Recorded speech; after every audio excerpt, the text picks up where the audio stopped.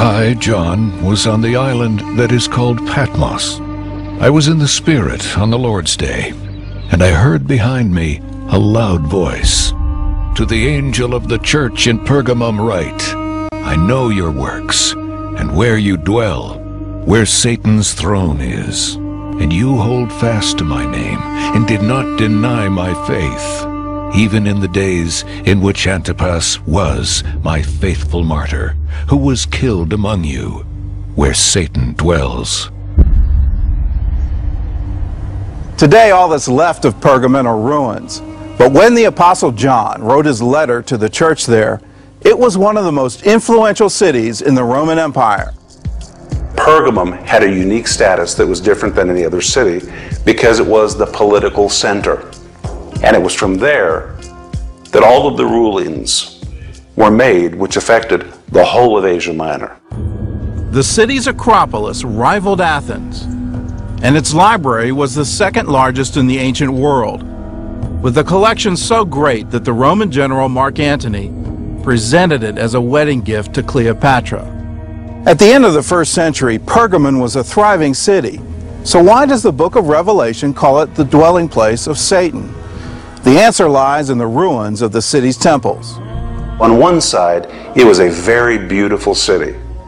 But on the flip side, it was one of the darkest, eeriest cities in the whole Roman Empire. The people of Pergamon were known as the Temple Keepers of Asia.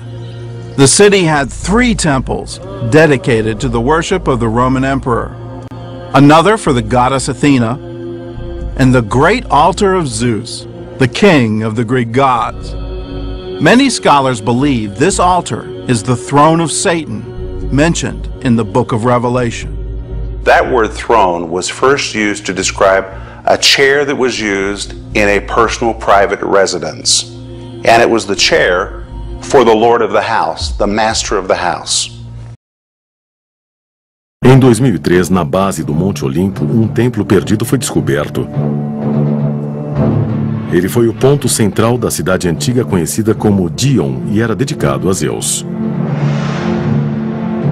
Dion é uma cidade construída na base do Monte Olimpo, então é bem perto do lar dos deuses e deusas olímpicos.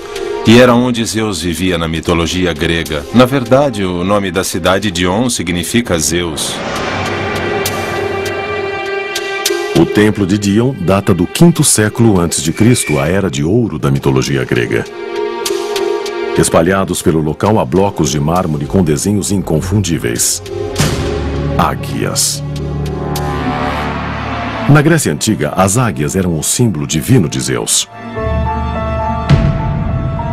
E há mais. Essa estátua sem cabeça foi encontrada em um leito de rio próximo. Nessa base de 2.400 anos estão esculpidas 3 palavras: Zeus, o Superior. Há uma discussão entre especialistas sobre o que significa essa referência de superior.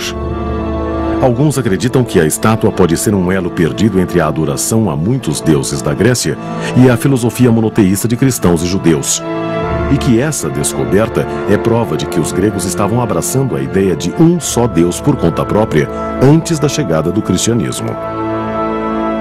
Os gregos às vezes identificam esse Deus superior como Zeus. Afinal, a palavra Zeus, em sua forma nativa Theos, é que gera a palavra Deus. Esta figura mitológica do Jesus cristão queria ser exaltado desde a época de Nimrod até os dias em que o verdadeiro Messias chegou e eles, os padres, os celtas, os druidas, fizeram o sincretismo, colocando este paganismo, este Jesus, dentro do Santo Livro. E não só ele, como outras figuras pagãs, mitológicas, como exatamente Zeus. Inclusive nas Bíblias antigas, você vê claramente a palavra Zeus, é uma terceira declinação do genitivo, que lá na terceira declinação, no genitivo é Deus, e na primeira, no nome nativo, é Zeus. Tanto faz você dizer Deus como Zeus. And it was the chair for the Lord of the house, the master of the house. The very fact that Jesus would use that word in this verse means Satan felt at home there. He sat on a throne there. It was his territory. He was the master of that house. The city also had a healing center called the Asclepion. It was built in honor of the Greek serpent god Asclepios. In the 1st century, this was a cross between a hospital and a health spa, where patients could get everything from mud baths to major surgery. Even the emperors came all the way from Rome to be treated here.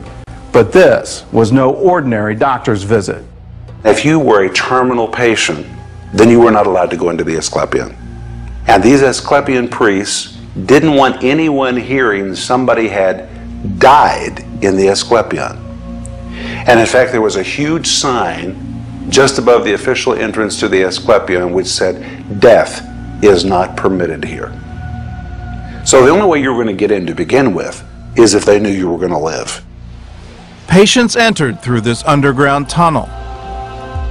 Then they drank a sedative and slept here in the dormitories, while non-poisonous snakes crawled around them all night. They were told that the serpent god Asclepios would speak to them in their dreams and give them a diagnosis. It was believed that the snakes actually carried the healing power of Asclepios. And if a snake slithered across you while you were sleeping at night, that was a divine sign that healing power was coming to you. The next morning, the patients told their dreams to the priests, who prescribed their treatments. Finally, the patients made clay sculptures of the body parts that needed healing and offered them to Asclepios. The people of Pergamon worshipped a myriad of Greek and Roman gods, but when Christianity arrived with the belief in just one god, the city's pagan priests went on the attack, and their most famous victim was a man named Antipas. In the book of Revelation, Jesus called Antipas "my faithful martyr." He was the bishop of Pergamum, ordained by the Apostle John, and his faith got the attention of the priests of Asclepius, who complained to the Roman governor in Pergamum. The priests testified that demons appeared to them in their dreams and told them that the prayers of Antipas were driving them out of the city. He had cast out so many devils that the demons, the spirits, had been complaining to pagans, "You've got to do something about this Antipas." Antipas was ordered to offer a sacrifice of wine and incense to a statue of the Roman emperor and declare that the emperor was Lord and God. He refused. If you reject the divinity of the emperor, it's the equivalent of rejecting the city of Rome. And believers were killed for this. Antipas was sentenced to death on the altar of Zeus. Most of that altar survives today, and surrounding it are some of the world's most famous marble friezes. They portray the battle between the Greek gods and the giants. At the top of the altar was a hollow bronze bull, designed for human sacrifice. They would take the victim, place him inside the bull.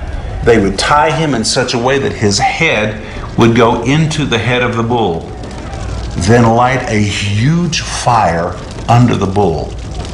And as the fire heated the bronze, the person inside the bull would slowly begin to roast to death. And as the victim would begin to moan and would begin to cry out in pain, his cries would go through all of the pipes which were in the head of the bull, so it seemed to make the bull come alive. Even in the midst of the flames, Antipas died praying for his church.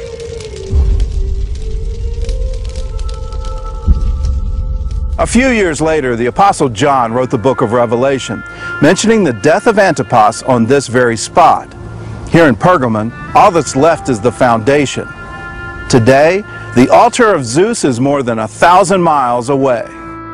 In the 19th century, German engineers dismantled the altar and took it to Berlin. The so-called throne of Satan went on display in the city's Pergamon Museum in 1930.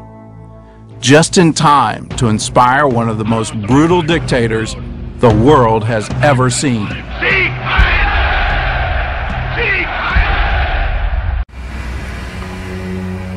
Ancient Pergamon, the center of pagan worship in Asia Minor.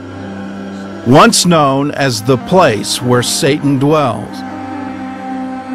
In the first century, it was a thriving city. But after countless wars and natural disasters, the temples of Pergamon lay in ruins. By the mid-19th century, the once great city of Pergamon was barely a memory. The locals were using the site as a quarry, looting the marble for new buildings, until 1864, when a German engineer paid a visit. Karl Humann was shocked by the destruction of the priceless artifacts, so he got permission to excavate the ancient city himself. And what he found was one of the greatest monuments in history, the altar of Zeus. Stone by stone, the altar was excavated and brought here to Berlin, and then it was reassembled and placed in its own museum. The Pergamon Museum was finished in 1930, with the altar as its centerpiece. Eventually, it caught the eye of a young man named Albert Speer, the new chief architect for the Nazi Party. Adolf Hitler had commissioned him to design the parade grounds for the party rallies in Nuremberg. And for inspiration, Speer turned to the Pergamon altar. Speer gives all the credit to Hitler. I think that he's like a good interior decorator that someone hires, and that client already has the ideas of what he wants to do, and the decorator agrees with him and just fulfills them. So that's what Speer did. Using the altar as his model, Speer created a colossal grandstand at the rally grounds. It became known as the Zeppelin Tribune. After the war, only a small part of it was left standing.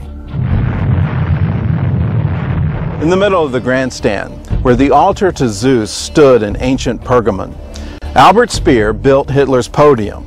Hitler wanted to create what he called a mass experience, and Speer came up with the perfect idea. Most of the Nuremberg rallies were held at night, so Speer surrounded the grandstand with 150 searchlights. The columns of light extended for miles in the sky, creating the mystical effect Hitler wanted. The concluding meeting in Nuremberg must be exactly as solemnly and ceremonially performed as a service of the Catholic Church. This effect was known as the Cathedral of Light, and it became a hallmark of Hitler's events. It was even used in the closing ceremonies of the 1936 Olympics in Berlin.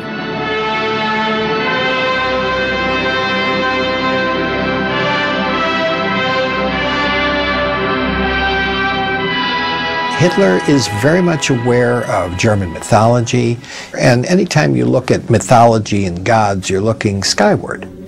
So I don't think it's an accident that he says to Speer, let's create an environment of looking towards the heavens. And that's what it does. Inside the rally grounds, thousands of Nazi Party members marched in torchlight parades. These events happen at night, which gives a contrasting effect of fear, of strength, of the unknown, of mystery, and that's all intended by him. He's very theatrical. Torchlight fire has always been part of even pre-Christian beliefs. So I think there's a kind of a quasi-mystical, semi-religious content to these torch parades. There's many of them in Nazi Germany. From his podium, Hitler mesmerized the crowds. Not every one of you sees me, and I do not see every one of you, but I feel you, and you feel me. Then, under the Cathedral of Light, thousands of Germans swore what they called a holy oath. Blazing flames hold us together into eternity. No one shall take this faith from those who are dedicated to Germany.